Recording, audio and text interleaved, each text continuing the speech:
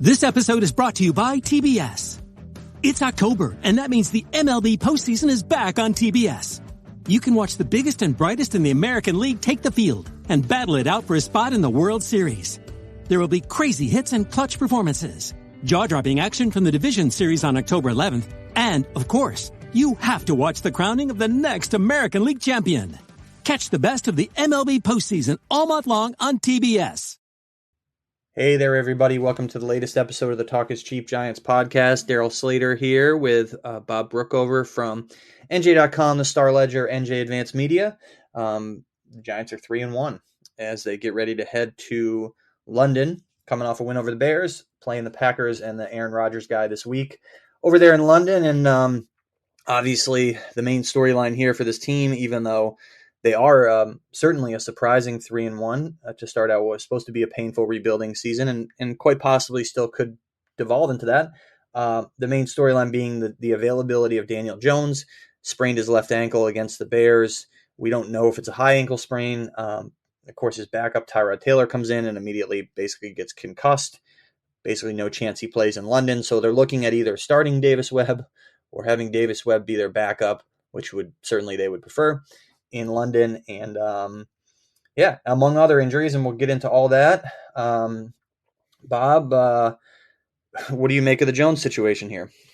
Well, it's the whole injury situation is a mess, but Daniel, the list obviously starts with Daniel Jones. I went back and watched the injury, the replay yesterday. I watched the injury, and then I watched like everything that happened after that. And I came to the conclusion by the time I was done watching everything that, I don't think it is a high ankle sprain. We don't know for sure. Brian Dable would rather tell us where his gold is hidden than tell us that. But just by looking at his motions and the way he was moving, and the way he was moving immediately after it, obviously, when you sit, it swells and all that stuff. But I just got the impression that this guy will probably be able to play Sunday in London. Yeah, and he's a tough guy. We know that. So the question kind of becomes, if he does play, how effective can he be doing the things that he's generally effective at? And that is moving the pocket, at the very least, moving the pocket on rollouts and being able to escape pressure, but also being able to sell play actions, being able to run some option stuff, being able to do design runs and all these things that, and non-design runs that use his athleticism against a Packers team that is pretty good in coverage, pretty good in the pass rush, not great in run defense. And the Giants have a banged up wide receiver room. So Dable actually yesterday was saying, someone asked him, hey, so bottom line, if he's not 100%, and he's not going to be 100%, can you play him given the things that he does mobility wise, right? You're talking about his ankle. That affects his ability to move his legs, obviously. And so Dable said, it all depends on the game plan, blah, blah, blah. But I would presume if they do put him out there on Sunday, you will not see him run as often as he did against the Bears. And that sets up another problem. You have a quarterback back there sitting in the pocket against a good pass rush, who is not as mobile as he used to be. That could set you up for another injury. But they don't want to play Davis Webb, obviously. So all that comes into play, right? I mean, how effective can he be if he's playing on 1.5 ankles? Yeah, that's a very different question than can he play and how effective will he be if he plays. It's such a big part of his game, the ability to run the football. I mean, he really wasn't effective at all as a passer Sunday, even before the injury, but he was killing the Bears with play action runs and play action handoffs to Saquon. Between those two things in the first half, they just destroyed the Bears. But he's a much different animal without that tool in his pocket. And going against a team like the Packers, who you got to think is going to, with Aaron Rodgers, you got to think they're going to score some points. You're going to need at least 25 points. I don't think that's a number the Giants have reached this year. And it's a problem. But what's the better solution? The answer is there is none. There is none because Tyrod Taylor got himself concussed while running and replacing Daniel Jones. I mean, he's a suitable enough backup, but now he's like, let's be honest, he's not playing. I think he's one of the best backups in the league. Really, I did a thing earlier in the year Yeah, about backups. I think he's one of the best ones in the league. The fascinating thing is, I was having a conversation. We were talking about Tua. I was talking about Tua with Taylor last week, and in the midst of that, we started. He was very upset with the way they handled, as most of players in the league were. But he was also talking about helmets, and he showed me his helmet, and he said, helmets are getting better, but I'm still using an older one because I'm grandfathered in. It's not as quite as much protection, and here he is, 72 hours later having a concussion. It was a crazy conversation.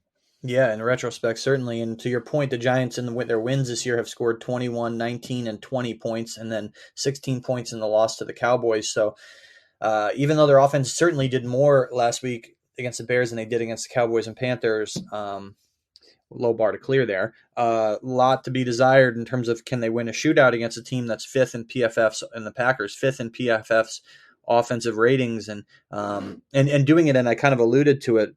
Defensively, the Packers are 22nd and they're 30th against the run, but eighth in pass rush and seventh in coverage. So that'll boil. We'll get to the game specific stuff and maybe how much they might run and use Saquon Barkley versus how much they're going to ask Daniel Jones to rely on his arm because maybe Daniel Jones can't rely on his legs. But let's cover some more of these injuries. I'll try to be as quick as possible here. I'll just run it down and then we'll talk about the impacts. Defensively, these are the injuries that have lingering effects coming out of the game. There were guys who got hurt and returned to the game. So Julian Love is a concussion. The safety, he will not play, I would not guess, in London. Aaron Robinson, the number 2 cornerback, knee injury, not looking good for him. Outside linebacker Aziza Ojolari aggravated the calf injury he had, and TBD for London for him. Leonard Williams still dealing with the sprained MCL. I'd say that's probably TBD. So those 4 guys are starters. Then you have Cordell Flott, who perhaps could have replaced Aaron Robinson, but he's got a calf issue. So he didn't play against the Bears, just like Leonard Williams. TBD for him. And then a backup defensive lineman, Henry Mondeau's got a leg injury, and I think that's sort of TBD there. So let's, before we get to the offense, let's just kind of break down what all that means. And I think in a sentence, their secondary is a mess. Their secondary is a mess. Although I will say this: that Fabian Moreau and especially Dane Belton came in on Sunday and did a pretty good job against the Bears. Now, bear in mind, it's the Bears and it's not the Packers and it's not Aaron Rodgers. Very different, very different task trying to stop Justin Fields and the Bears and who are allergic to the pass, and Aaron Rodgers who will pick you apart if you give him a chance.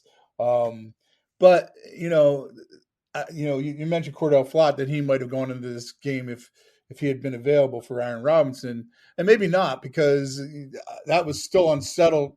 I think before Flott got hurt, who was playing better between him and Moreau, and they were both playing. They were both playing here and there. Obviously, not a great situation either way. And Julian Love was the Giants' leading tackler before he got hurt. Dane Belton to me looks like he's got a promising future, but is he ready to go against the Packers? I don't know. But it's, as you said, it's not a great situation for the secondary. Yeah, look, then Dane Belton's probably going to be the replacement for Julian Love next year. I mean, Julian Love's not really a long-term solution necessarily. Nice guy, good leader, all that stuff. But they drafted Dane Belton for a reason, and Julian Love's a pending free agent. So I think there's probably a drop-off there. But at cornerback, maybe not a drop-off, because it's not like Aaron Robinson has shown himself to be a guy who you can say, wow, he's gonna pick apart Aaron Rodgers. Fabian Moreau's got more experience, certainly not a perfect player. But remember too, they still have Adoree Jackson and Xavier McKinney. Their 2 best defensive backs are still out there and healthy. And Xavier McKinney said after the game, I said, people are going to look at this and say, how are you going to stop Aaron Rodgers? You're banged up in the secondary. And he said, we got to be on our SHIT. So, he's that's a good point. They do, and they do have McKinney, and they do have Dory Jackson's still healthy, though it looks like half their secondary and Love and Robinson will not play. So that's the defensive side of things. So really, whereas their pass defense is very banged up defensively, their passing offense, man, you look at, obviously we touched on Jones and Taylor, and but this receiver room, my goodness, Sterling Shepard, we know he tore his ACL in the Cowboys game, and then Kadarius Toney with the hammy, and Wan'Dale Robinson with the knee. They did not play against the Bears. So we'll see about them. Then Kenny Galladay hurts his knee against the Bears, and looks like he's not going to play this week in London. So the Giants receiver room is completely decimated right now. They have 3 healthy receivers on their active roster, and David Sills, Richie James, and Darius Slayton. And you don't need to be a diehard Giants fan to know that the first 2 guys are unproven, and Darius Slayton, the coaching staff's down on him. And then on their practice squad, they have Marcus Johnson, who was called up last year, and Khalil Pimpleton, and which great name, by the way, and Mekhi Polk. So look, Pimpleton and Polk are undrafted rookies who have never played an NFL regular season game. So and no, by the way, they're not bringing in Odell Beckham. He was just at the Giants facility on Monday to visit with Sterling Shepard as a friend. It wasn't an official visit, and he can't play until like November anyway. So how in the world are they going to be able to move the ball through the air in this game? The answer probably is they're not. But I mean, if ever they needed Kadarius Toney to step up and be ready to play, and I would say the same for Wan'Dale Robinson. I mean, I'll be honest, I didn't think when he went down in the opener, very first NFL catch of his career, that he would be out this long, but he has been out this long. It would help significantly if those 2 guys came back. They just need they need some kind of threat down the field. They have no vertical threat whatsoever right now. Although I will say Darius Slayton got open deep and didn't catch the ball. If they don't find some kind of deep threat going forward, it's going to be a real problem for this team, because it's so hard, as well as Saquon Barkley is playing. It's so hard to win games and having a good offense if you don't have an explosive player. And they don't, I mean, even when they're healthy, they don't really have an explosive receiver, but they at least like to find out if Kadarius Toney or Wan'Dale Robinson could be one of those guys, but they haven't even been able to find that out. And if they're ever going to find it out, this is the week they need to find out if they're going to prove to be, have any chance of going to 4-1, which probably don't have a great chance anyway. Yeah, they haven't been 4-1 or better since 2009 when they started 5-0, and this is their first 3-1 start since 2011. So they've certainly accomplished a lot, the Giants have, considering their limitations and a couple other lingering ailments, I guess. These guys should be fine injury-wise. Dane Belton had a wrap on his arm after the game, but he should be okay. And then Mark Lewinsky, the right guard, came back into the game after getting hurt. Evan Neal looks like he'll be okay based on what Brian Dable said, the right tackle, of course. So, their offensive line and tight end group will be intact, which will certainly help with run blocking, pass blocking, that whole thing. The one thing I will say about this team, Leonard Williams goes down, and Dexter Lawrence, maybe played his best game of a Giant on Sunday, has 2 sacks. He's really played well. Wink Martindale kind of challenged the inside linebackers after they got run over by the Cowboys, pair of Tony Pollard and Ezekiel Elliott, and they came back and played a really good game with Jalen Smith getting time there, and Tay Crowder playing maybe one of his best games as a Giant. So they've had guys really step up in a lot of ways, especially on defense, but also on offense in cases. And again, go back to Saquon Barkley is all world again. So they have had a lot of guys step up in adverse situations. So they're going to have to do it again. I would say if the Giants defense plays well enough for them to win this game, and presuming their offense doesn't score a lot, without probably Julian Love, Aaron Robinson, maybe without Azeez Ojulari, maybe without Flott, and maybe without Leonard Williams, if they can shut down Aaron Rodgers in that situation, given their own offensive limitations, I bet you Wink Martindale will be so excited and pumped that he'll be able to fly the plane home from London after the game, because that's a huge task. And just getting back to Toney, how do you even wrap your head around it? I mean, the guy has now played in just 2 of the 4 games this year. He has 2 catches for 0 yards. He still doesn't have a touchdown in 12 career games. He had 420 receiving yards last year, missed 7 out of 17 games.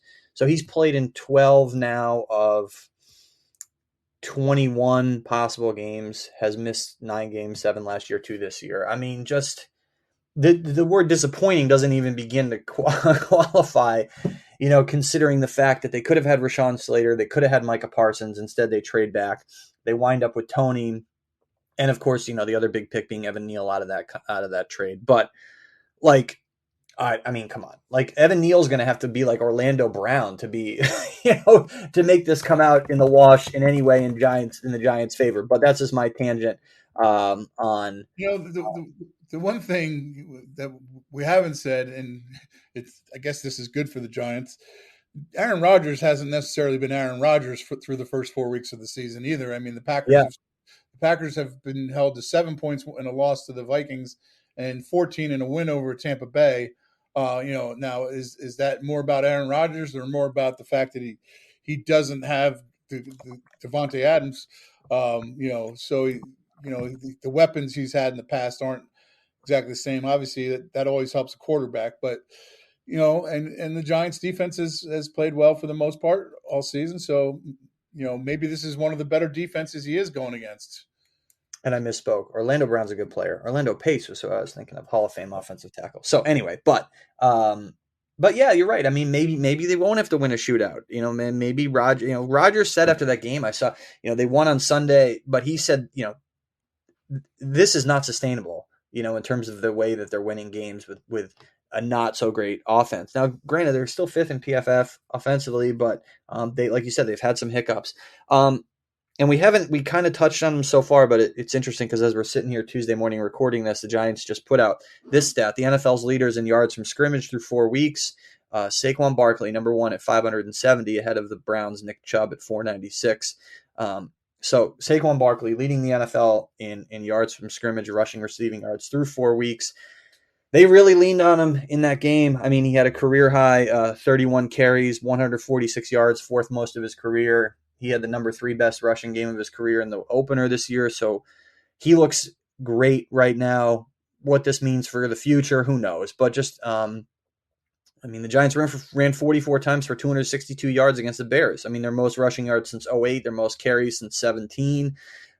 And so I would not be surprised, all of this considered, of all of these things we're saying, to see Saquon Barkley get another huge workload in London, right? No, I mean, you almost have to expect it at this point. I wouldn't be surprised if it came out in a wildcat and let him throw a couple times. I mean, it might be their best bet, but I mean, what they did on Sunday, as our colleague Steve Politti wrote about, they were in dire straits there, and Brian Dable started drawing up plays in the sand and found a way to get through that game where they no longer had a passing game, and they just ran the ball, and took time off the clock, got a field goal out of it. It was a great combination, but only made possible because Saquon Barkley is as good as Saquon Barkley is. And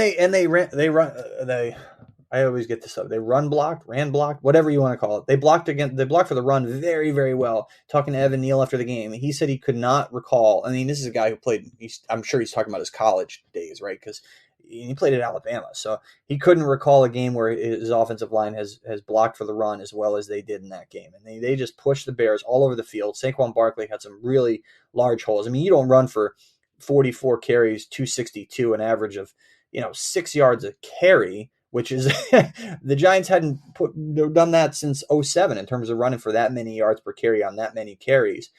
So this was a remarkable rushing performance, and so certainly give credit to the offensive line, which couldn't block for beans against the Cowboys in the previous week, and the Giants wind up that Bears game with 71 net passing yards, which counts sack loss yardage. Right. And they hadn't done that. That's their fewest since 2007. So you haven't seen a Giant game like this in like 15 years. And now I don't know if you will see it again, but I hope not. I mean, it's an interesting way to win, but it's really not sustainable, as you said. I just hope I don't see 10 injuries in a game again. Yeah. I'm gonna say that I bet you Alabama blocked well against Vanderbilt every year. Or Samford. I think they handled Samford pretty well, Yeah. right? But no, but to his point, the offensive line did do a great job in terms of blocking. They, a lot of those yards came on those play actions in the first half, uh, between Saquon and Daniel Jones. They just torched the Bears in that game. Well, it'll be interesting to see. And then we haven't really even, we'll touch on before we get into our picks for this game, we kind of talked about how the strategy might unfold. But before we get into our picks and our whys for the picks, this game is in London, obviously. So the Giants will be traveling over there on Thursday after their practice. I don't think it's quite a red eye flight for them, but they will have a practice outside of London at this rural spread resort about an hour outside of London on Friday. And then obviously the game on Sunday. And you're talking about a 5-hour time difference, obviously. So, you talk about it's not, some people try to frame it as in it's not different than going to the West Coast. It's actually tremendously different than going to the West Coast because when you fly west, as everyone knows, you get those hours back and you have that jolt of energy going east to west. And it's a 3-hour difference and it's probably a 5-hour flight. You're going to London. It's a 7-hour flight. It's a 5-hour difference and you're going west to east, which is harder. So, the front end of this trip is where you're going to have the Giants are going to have their little bit of jet lag. You see more of these teams, fewer and fewer of these teams going and spending a lot of time over there. I remember the Jets in 2015 went the same thing. They went on a Thursday after their practice, and they practiced there for the first and only time on Friday. And they won the game against the Dolphins, and that was the last time the Jets were good in 15. I believe the Giants went in 16. So I don't know. I mean, the teams have done this enough where there's sort of a system, I guess. Yes, the Giants won against the Rams in 2016. And so we'll see, right? I mean, there's certainly going to be challenges logistically. Sure, but the Packers, the Packers face the same challenge. I don't know when the Packers are going over there, and even a little bit more because it's probably another hour and a half you tack into their flight. So they have the same challenges in that regard. So I don't think either team has an advantage there. But it should be an interesting trip. I know I'm looking forward to it. I've never been there. You were over there with the Jets a few years ago, so I'm definitely looking forward to the trip and seeing how the British warm to the Giants. It'll be a fun trip for sure. And for people who maybe went last time, you remember that game was at Wembley Stadium, which is an older stadium from it's the quote unquote new Wembley, but it was built in it opened in 2007. So a nice stadium, but this one will be even nicer. The new Tottenham Hotspur Stadium on the northeastern side of London, which replaced their historic venue White Hart Lane. So now it's a very modern stadium that the Giants will be playing this game at, and they've played a bunch of these games in London now. I'd have to go through and count. I think I saw this is like the 31st or 32nd game the NFL has played in London. Jacksonville's played 20 of them. Yeah, this is the first time. This is crazy, this stat. But not really if you think about it. This is the first time they've matched that the two teams playing have both had winning records. But which in London? Wow, that's in great. the London game, out of all the London games, they've never had a game where both teams have winning records. Of course, the Giants and Packers both 3-1.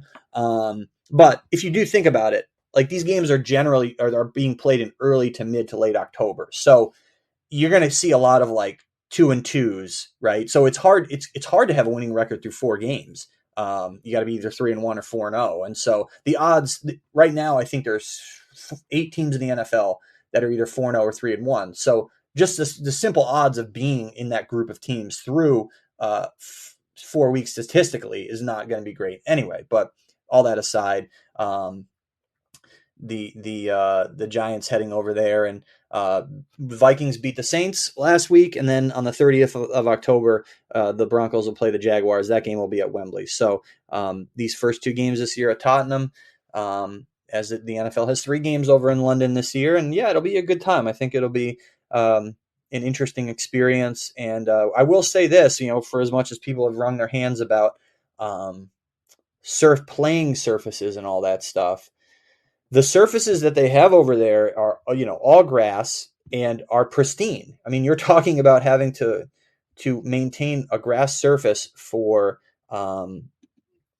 I know there's been some criticism about some of them in the past, but I'm presuming this place will have a really nice grass surface, considering they have to maintain it for the Premier League, and they played with fair regularity on that surface. So It's the same stadium the Vikings played in on Sunday, and it looked incredible.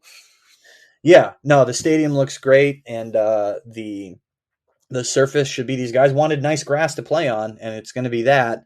And it'll be good playing weather. This time of year over there, it's pretty mild. I will say, if you're going over, bring an extra jacket.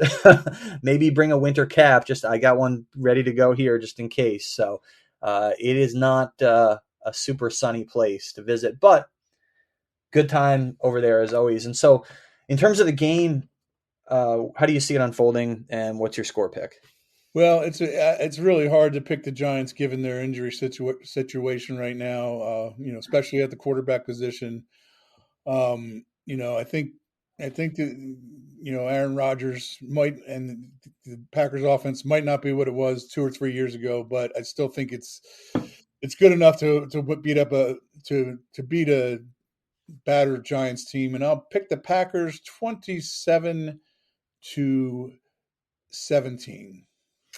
Yeah, good pick. Packers favored by 8 in this game, and I presume that pick is that pick if Jones plays. That's even if Daniel Jones plays, because I just think he's, as we discussed, I think he's going to be limited in his skill set. Which that the run is just the run and scramble is just such a big part of his game. I think he's at his best when he can run and also when he can throw on the run. I think that's when he's at his best, and I don't know if he's going to be able to do that. Yeah, and I mean, obviously, if Davis Webb plays, that score is going to be larger on one end, probably for the Packers, because they'll have the ball more, and lower on the Giants' end, certainly. So, yeah, I see it similar. I'm going to say, I'll say 31-14. I'll just stretch it a little bit both ways on that. 31-14 Packers, even if Daniel Jones plays. And again, it's going to be even more. It's going to be even more grim if Davis Webb has to play. So, but 31-14 will be my pick with Daniel Jones playing and trying to gut through this game on a bad leg, and tough guy. But the Giants will drop to 3-2, and there's certainly no shame in that, as they'll be returning home then for a very challenging home game against the Ravens, followed by back-to-back trips to Jacksonville and Seattle leading into the Giants' Week 1 bye. So they've given themselves some wiggle room. We'll say that. I mean, like 3-1 it feels different than 2-2 by a lot more than one game, because that would have been their second straight loss. They would have lost to a bad Bears team while having injuries that could linger. But now they come out of this hurt, ailing, but with some wiggle room, right? Not bad. No, it's if you, as a player said after the game on Sunday, if you told them they would be 3-1, they would have been more than happy with that. But as Xavier McKinney also pointed out after that game, the hard part of it's not going to get any easier. The hard part of the schedule is coming right now. And I think I asked McKinney after the game, I said, how many people do you think outside the locker room thought you guys would be, or maybe Adoree Jackson this was, who said this, and it was Adoree Jackson, yeah. How many guys do you think, I asked him, outside your locker room thought you'd be 3-1? He said, probably just our family. So now 4-1 with a win over the Packers in this quarterback situation, I don't even know if their families would think that would be possible, but we'll see if we're back here next Tuesday, jet lagged and tired, talking about 4-1 or 3-2. But until then, everybody, thanks for listening. Be sure to subscribe, like, review us on all your favorite podcasting platforms, and we will talk to you next week. And enjoy the game and enjoy the trip if you are making the trip over there to London.